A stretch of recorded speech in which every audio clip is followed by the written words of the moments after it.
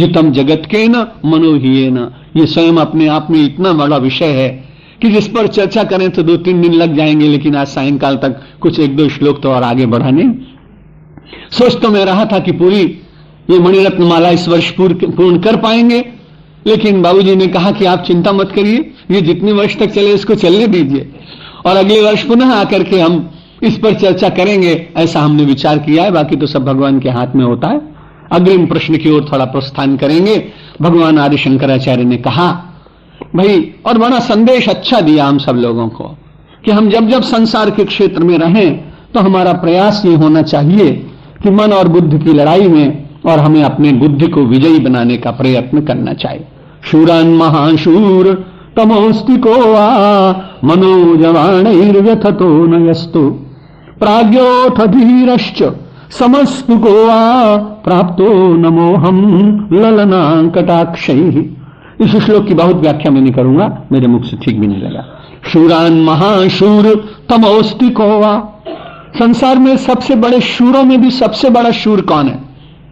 तो उन्होंने कहा मनोज बाणैर, कामदेव के बाणों के द्वारा यह न व्यथितः, जो कामदेव के बाणों के द्वारा व्यथित नहीं होता वही संसार में सबसे बड़ा शूर है। उन्होंने कहा प्राज्ञ, धीर और समदर्शी कौन है? प्राज्ञोथ धीरश्च समस्तु को वा, समदर्शी कौन है, प्राज्ञ बुद्धिमान कौन है और धीर कौन है? फिर भगवान आदि शंकराचार्य ने अपने तरुण सन्यासियों को विशेष रूप से संबोधित किया, इसलिए उन्होंने कहा कि प्राप्तो नमोहम ललना कटाक्षय, जो नारियों के नयन बाण के द्वारा क्षत नहीं किया जाता है, भगवान शंकराचार्य ने कहा सन्यासियों वही संसार में सबसे बड़ा प्राज्ञ है, वही धीर है और वही समदर्शी है। इसलिए इसकी इस व्याख्या बहुत आवश्यक है। अगली पंक्ति में विचार करते भगवान आदि शंकराचार्य से पुनः प्रश्न किया गया। बड़ा अच्छा प्रश्न किया संतों ने। विषाद विषम किम विषया समस्ता दुखी सदा को विषयानुरागी धन्योस्ति को यस्तु परोपकारी कह पूजनीय शिव तत्वनिष्ठा।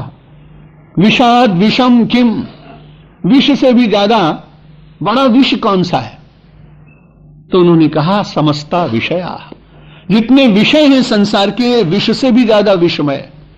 क्योंकि आपने देखा आदमी भांग पी लेते हैं कई बार शिवरात्रि के दिन, पीते हैं, उचित है अनुचित मैं नहीं जानता, और जो लोग पीते हो तो चलो ठीक है, लेकिन कहते हैं तो शंकर जी की बूटी है, और थोड़ा सा ले जाकर और शंकर जी को जरा सा चढ़ा भी देते हैं, और फिर अपने मित्रों का उपहास करने के लिए, मजा लेने के लिए, आनंद लेने के लिए, अरे शंकर जी की बूटी है चढ़ाओ चढ़ाओ। और कई लोग बेचारे आ जाते हैं चक्कर में।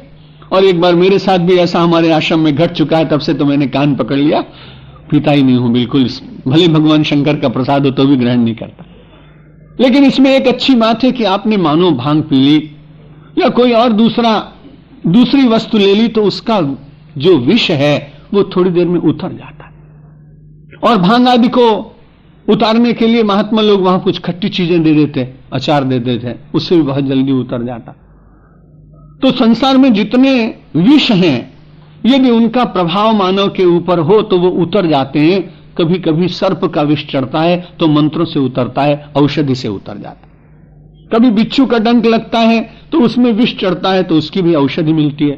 कभी ततैया डंक मार देती है तो उसके भी कुछ उपचार हैं, लेकिन ये बहुत अल्प काल में ही उनका विष उतारने में समर्थ हो जाता। बड़ी अच्छी बात कही भगवत पाद आदि शंकराचार्य ने कि संसार में विषों में जितने विष हैं उनमें भी सबसे बड़ा विष कौन सा है, जहर कौन सा है? तो उन्होंने कहा ये संसार के जो विषय हैं यदि ये मानव को निरंतर डसते रहें तो फिर इनका जो जहर है वो जल्दी उतरता नहीं। इसलिए विषय और पदार्थों के सेवन का संपूर्ण निषेध नहीं किया, गीता ने भी निषेध नहीं किया, अन्य ग्रंथों ने भी नहीं किया, लेकिन वह मानव के जीवन में विषतुल्य न हो जाए कि मानव उनमें इतना मशगूल, इतना तल्लीन, इतना उसमें तदाकार हो जाए कि विषय तो उसको सत्य लगने लगे और मानव का जीवन उन विषयों के द्वारा नष्ट भ्रष्ट होते समय उसे परमात्मा की विस्मृति हो जाए। ऐसा नहीं होना चाहिए।